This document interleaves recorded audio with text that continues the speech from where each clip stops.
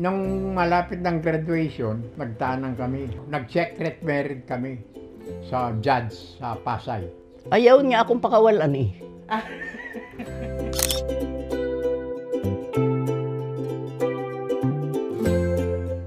I am Francisca Tan Perez. I am 90 years old. Ako, si Guillermo Perez. 94 years old. She is kind and very understanding. Gumawa akong paraan na makilala. Sabi ko, itong lalaki ito tingin ng tingin. Sumusunod-sunod. Nung nahalata ko nga, ibang ugali kesa sa dating girlfriend ko sa probinsya, nahulog ng ugali ko sa kanya.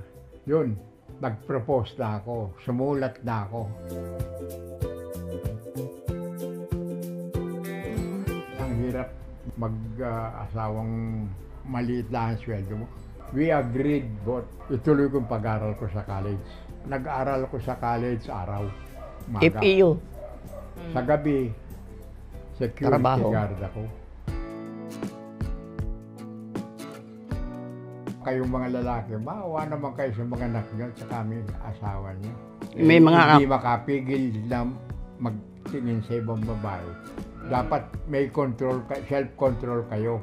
Self-control talaga kailangan para tumagal ang marriage.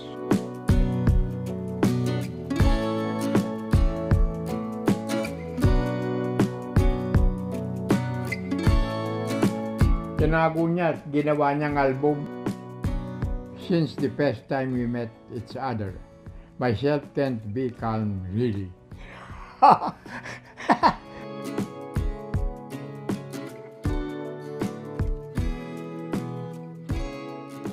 Give and take, respect one another.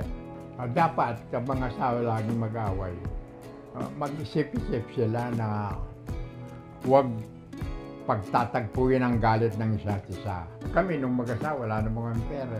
Pero nagkasundo kami hanggang ngayon. Siya marunong mag-budget sa bahay. Yun, importante din yun. Hindi gastos dito, gastos doon. Hindi porke may pera ka, sige lang. Kung hindi naman masama ang sinasabi ng isa, disundin mo. Kung medyo masama sa iyo, paliwanag mo. Bago mo gawin, isipin mo yung consequences. Kung anong mangyayari. Kung anong mangyayari sa iyo, gano'n ba? Kiss me.